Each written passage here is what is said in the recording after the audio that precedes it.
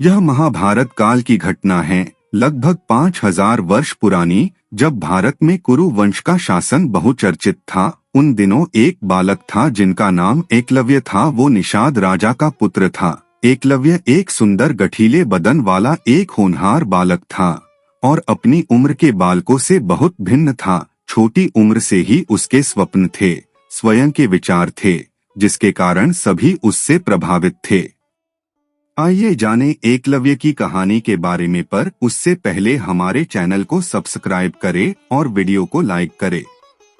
एक दिन निषाद राजा अपने पुत्र एकलव्य को बड़ी गंभीरता से देख रहे थे और विचार में थे। एकलव्य उन्हें बहुत खोया और बेचैन दिखाई दे रहा था। अन्य बच्चों की तरह उसका मन बचपन की शरारतों में नहीं, बल्कि किसी उलझन में उलझा दिखाई दे रहा था। पिता पुत्र एकलव्य से इस गंभीरता का कारण पूछते हैं।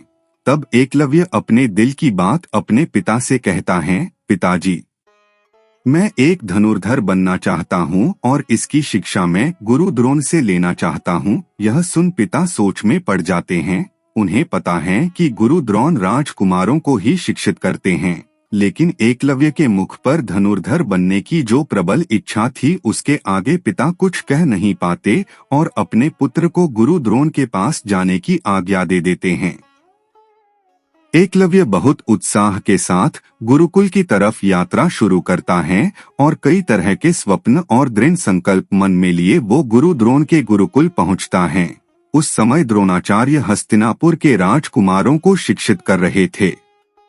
जब एकलव्य गुरुकुल में प्रवेश करता है, उसकी आंखें तेजी से गुरु द्रोण को ढूंढती हैं। उसने कभी द्रोण को देखा नहीं था, लेकिन उसके अंतरपटल में उनकी एक विशेष छवि थी और वो उसी छवि को ढूंढता है। उसे आश्रम के प्रशिक्षण क्षेत्र में एक बालक के साथ गुरु दिखाई देते हैं, जो उस बालक को धनुर्विद्या का पाठ सिखा रहे हैं। एक झलक में ही एकलव्य को एहसास हो जाता है कि यही हैं उसके गुरु द्रोण, जिनसे विद्या लेने वो अपने घर से इतना दूर आया है। एकलव्य गुरु द्रोण के समीप जाकर उन्हें प्रणाम करता है। एक अपरिचित चेहरे को देख गुरु द्रोण प्रश्न करते हैं, पूछते हैं, तुम कौन हो जिसे मैंने कभी अपने आश्रम में नहीं देखा? एकलव्य विनम्र भाव से हाथ जोड़कर उत्तर देता है, हे गुरु श्रेष्ठ, मैं निषाद राजा का पुत्र एकलव्य हूँ और आपसे धनुर्विद्या सीखने की इच्छा लिए बड़ी दूर से आया हूँ। द्रोण कहते हैं, हे बालक, मैं राज परिवार एवं ब्राह्मण के बालकों को ही शिक्षा दे सकता हूँ और यही मेरा धर्म है। मैं तुम्हारी कोई मदद नहीं कर सकता, यह मेरे धर्म के विरुद्ध होगा। एकलव्य भारी सा मन लिए आश्रम से बाहर निकल जाता है, लेकिन उसके धनुर्धर बनने की इच्छा में लेशमात्र का भी परिवर्तन नहीं होता, बल्कि वो दृढ़ता से अपने लक्ष्य को पाने के विचार में लग जाता है। अपने क्षेत्र में आकर वो जंगल के एक शांत स्थान को चुनता है, उसे स्वच्छ करता है, वहाँ गुरु द्रोण की एक भव्य प्रतिमा बनाता है और दिन प्रतिदिन उनकी पूजा कर धनुर्विद्या का अभ्यास करता है। अपनी लगन एवं गुरु के प्रति निष्काम श्रद्धा के कारण एकलव्य की कला दिन प्रतिदिन निखरती जाती है। वो एक महान धनुर्धर बनने की दिशा में आगे बढ़ता जाता है। कुछ वर्षों बाद एक दिन एकलव्य जंगल में अभ्यास कर रहा था। तभी एक कुत्ता भौंकने लगता है, जो उसके अभ्यास में विघ्न डाल रहा था। पहले वो भौंकने की आवाज को नजरअंदाज करता, लेकिन बहुत देर होने पर उसे गुस्सा आ जाता है और वो अपना धनुष उठाकर कुत्ते की तरफ निशाना साधता और बिना कुत्ते को आघात किए उसके मुंह में तीरों को इस तरह डाल देता है कि कुत्ते का मुंह खुला रह जाता है, लेकिन उसे जरा भी दर्द नहीं होता। इस तरह उसका भौंकना बंद हो जाता है। उस समय उस वन में कुछ दूरी पर गुरु द्रोण के साथ सभी राजकुमार भी अभ्यास कर रहे थे।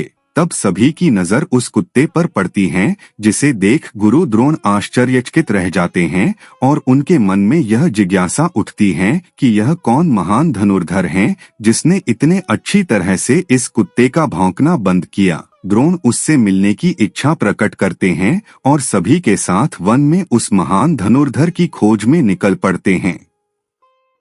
कुछ दूरी पर उन्हें एकलव्य दिखाई देता है, जिसे वे पहचान नहीं पाते और पूछते हैं, क्या तुम वो धनुर्धर हो जिसने इस कुत्ते का भौंकना बंद किया? एकलव्य उसी विनम्रता से प्रणाम करते हुए हाँ में शीश झुकाता है। गुरु द्रोण कहते हैं, हे महेश शिष्य, मैं तुम्हारे गुरु से मिलना चाहता हूँ जिसने तुम्हें इस काबिल बनाया है। तब एकलव्य शीश झुकाकर कहता है, मेरे महान आदरणीय गुरु का नाम गुरु द्रोण है। यह सुन द्रोण आश्चर्य से कहते हैं, यह कैसे संभव है? द्रोण मेरा नाम है और मैं तुम्हारा गुरु नहीं हूँ।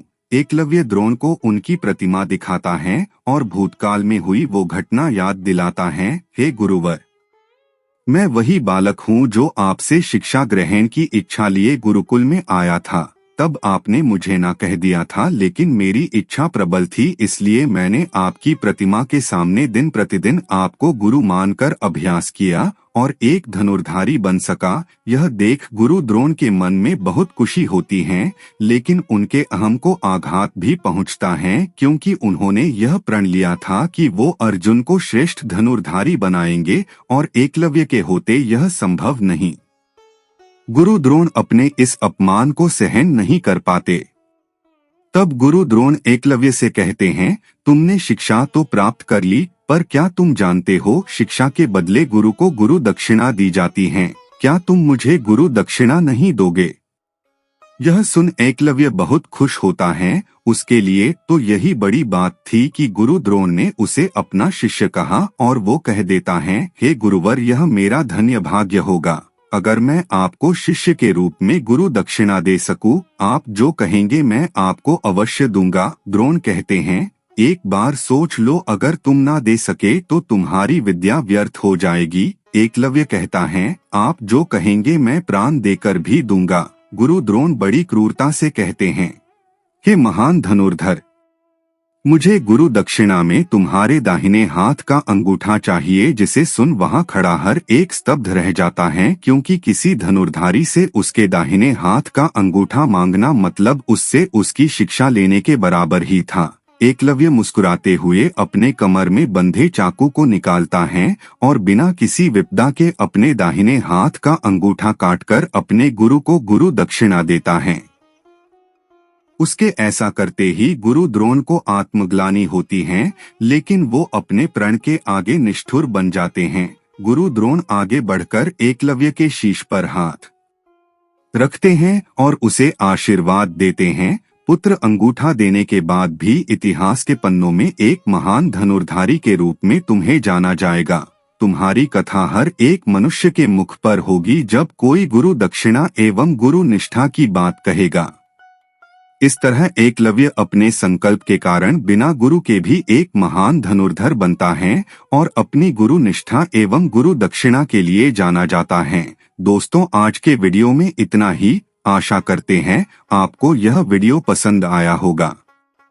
ऐसे ही अन्य वीडियो के लिए हमारे चैनल को सब्सक्राइब करें और इस वीडियो को लाइक व शेयर करें।